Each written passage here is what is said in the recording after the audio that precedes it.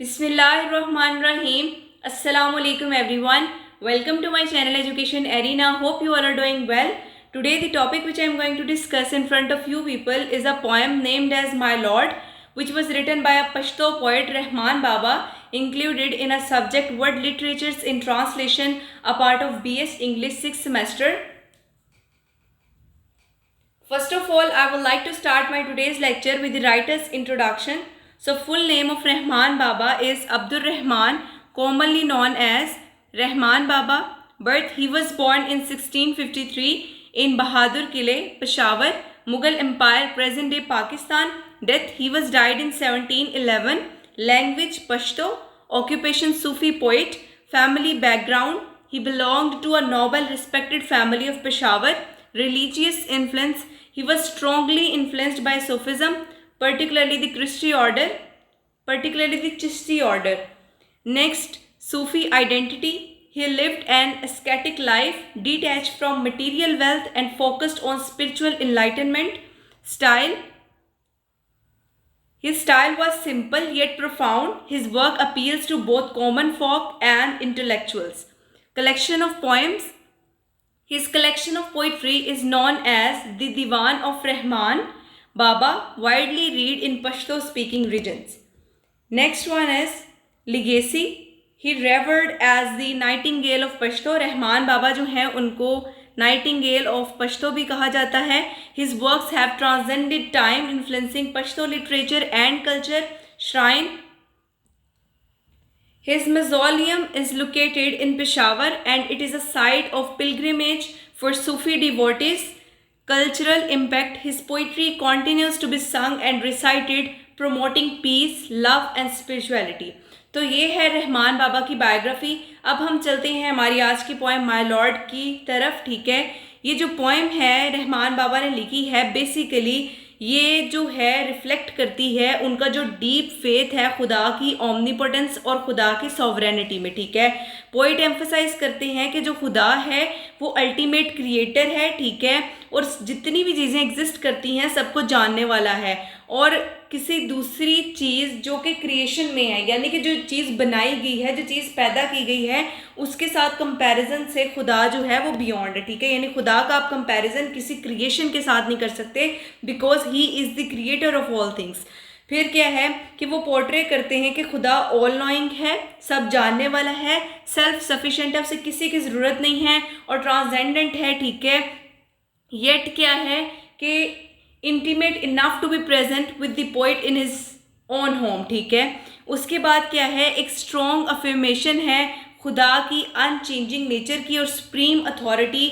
खुदा की हर चीज़ के ऊपर सुप्रीम अथॉरिटी है. ठीक है, उसके बाद in the poem my Lord में रहमान बाबा एक्सप्रेस करते हैं खुदा की तरफ अपने डिवोशन को, और हाईलाइट करते हैं कि जो स्पिरिचुअल कनेक्शन है इंडिविजुअल और डिवाइन के दरमियान में. ठीक है, ये पोएम जो है ये एक हार्टफेल्ट प्रेयर है. ठीक है, जहाँ पर पोइट जो है वो अपने आप को खुदा के सामने सरेंडर करता है, उसकी ग्रेटनेस को, उसकी जो है मर्सी को और इन्फिनिट पावर को एक्नॉलेज करते हुए. ठीक है, उसके बाद क्या है, जो रहमान बाबा हैं वो ये कन्फेस करते हैं इंसान की लिमिटेशंस को, और खुदा की जो गाइडेंस है, खुदा की जो प्रोटेक्शन है और खुदा की जो फॉरगिवनेस है उसको तलाश करते हैं. ठीक है, और उसके लिए वो उम्मीद रखते हैं.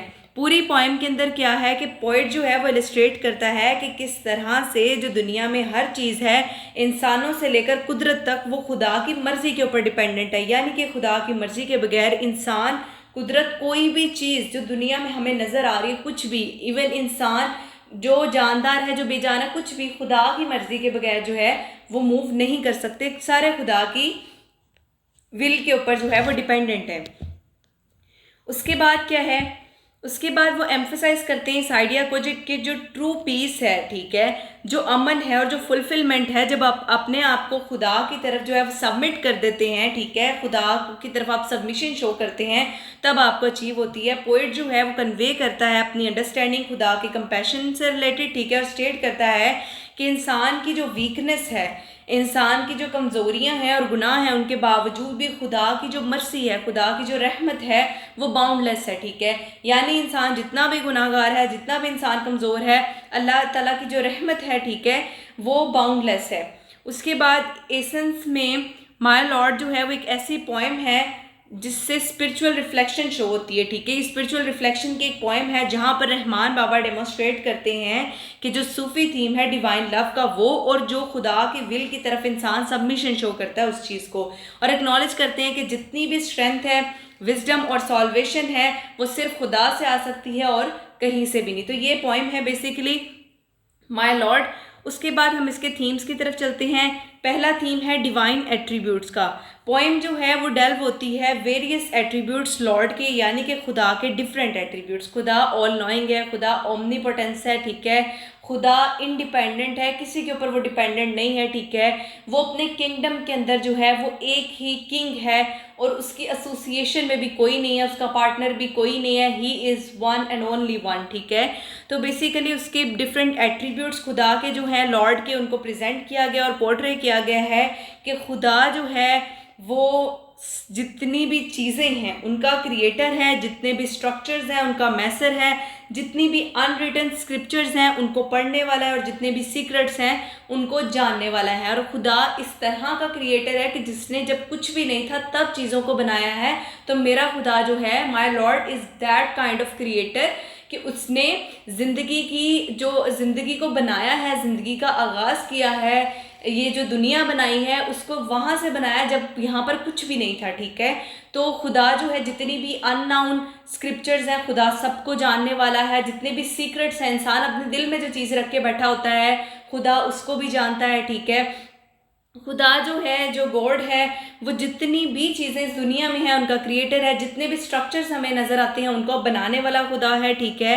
उसके बाद क्या है कि खुदा अपने किंगडम के अंदर एक अकेला किंग है और उसे किसी के भी एसोसिएशन की ज़रूरत नहीं होती, उसे किसी भी पार्टनर की ज़रूरत नहीं है, वो अकेला ही है, ठीक है। उसके बाद चलते हैं हम नेक्स्ट इसके थीम्स की तरफ जो कि है डिवोशन एंड वर्शिप का। जो टाइटल है माय लॉर्ड वो बेसिकली सेट करता है स्टेज थीम ऑफ पर्सनल और इंटीमेट डिवोशन, ठीक है। इस फ्रेज की पूरी पोएम के अंदर बार बार रिपीटेशन की गई है और पोएम जो है वो रीइंफोर्स करती है कि जो बार बार ये फ्रेज रिपीट हो रहा है ना, ये इस चीज़ को रीइंफोर्स करता है कि स्पीकर की डीप रेवरेंस है और खुदा के साथ, डिवाइन के साथ एक कनेक्शन है, ठीक है। उसके बाद मोनोथीज्म है, जो वननेस का थीम है कि कोई एसोसिएट नहीं है इसका, कि खुदा एक ही है, इसका कोई पार्टनर नहीं है, इसके किंगडम में कोई और किंग नहीं है, कोई इसका एसोसिएट नहीं है, खुदा अपने किंगडम में अकेला है। तो बेसिकली मोनोथीज्म के कंसेप्ट को अंडरस्कोर करते हैं कि बिलीफ है कि खुदा की एग्जिस्टेंस के अंदर कि एग्जिस्टेंस एक सुप्रीम और सिंगल डीटी है, यानी कि खुदा के अलावा कोई भी खुदा नहीं है, ही इज़ वन, ठीक है। यानी कि वन सुप्रीम और सिंगुलर डीटी, यानी कि एक ही खुदा की एग्जिस्टेंस पर यकीन रखना है। सेल्फ सफिशिएंसी है डिवाइन की, जो लॉर्ड्स की यानी कि खुदा की जो इंडिपेंडेंस है और जो उसकी लैक ऑफ डिपेंडेंस है, यानी कि किसी के ऊपर खुदा डिपेंडेंट नहीं है अपनी ज़रूरियात को पूरा करने के लिए, ठीक है। वो डिवाइन की सेल्फ सफिशिएंसी के थीम को एक्सप्लोर करती है कि जो एट्रीब्यूट है ये एम्फेसाइज करता है कि ऑटोनॉमी और जो सेल्फ सस्टेनेबिलिटी है डिवाइन की, यानी कि खुदा को किसी की भी ज़रूरत नहीं है अपनी ज़रूरियात को पूरा करने के लिए, ठीक है। वो हर चीज़ को बनाने वाला है, खुदा का हर चीज़ के ऊपर कमांड है, वो कमांड करता है, फुल अथॉरिटी उसकी अथॉरिटी है हर चीज़ के ऊपर, ठीक है। और खुदा को किसी इंसान के ऊपर डिपेंडेंट होने की या किसी पर भी डिपेंडेंट होने की कोई ज़रूरत नहीं है अपनी ज़रूरियात को पूरा करने के लिए। ही ओज नथिंग टू एनीवन, उसको किसी की भी ज़रूरत नहीं है। He is not dependent upon anyone for his needs, खुदा अपनी ज़रूरियात को पूरा करने के लिए किसी पर भी डिपेंडेंट नहीं है। He is the reader of all unwritten scriptures, he is the nor of all secrets, he is independent, he is self sufficient, he is omnipotence. तो ये खुदा की जो हैं वो एट्रीब्यूट्स बताए गए हैं, खुदा की तारीफ़ की गई है और खुदा पे ये जो है माय लॉर्ड जो है ये रहमान बाबा ने बेसिकली खुदा की जो डिवाइन एट्रीब्यूट्स हैं उनको बताया है, खुदा के साथ रिलेशन कैसा है उसको बताया है, और खुदा की जो जितनी भी उसकी क्वालिटीज़ हैं, उनके एट्रीब्यूट्स हैं, ठीक है, वो सारी चीज़ें इसके अंदर बताई गई हैं। तो ये आज की हमारी पोएम थी। Hope you guys understand my videos, so please do like, share and subscribe my channel and press the bell icon for the latest updates. Inshallah in future I'll try to make more informative videos for you people. Thank you very much.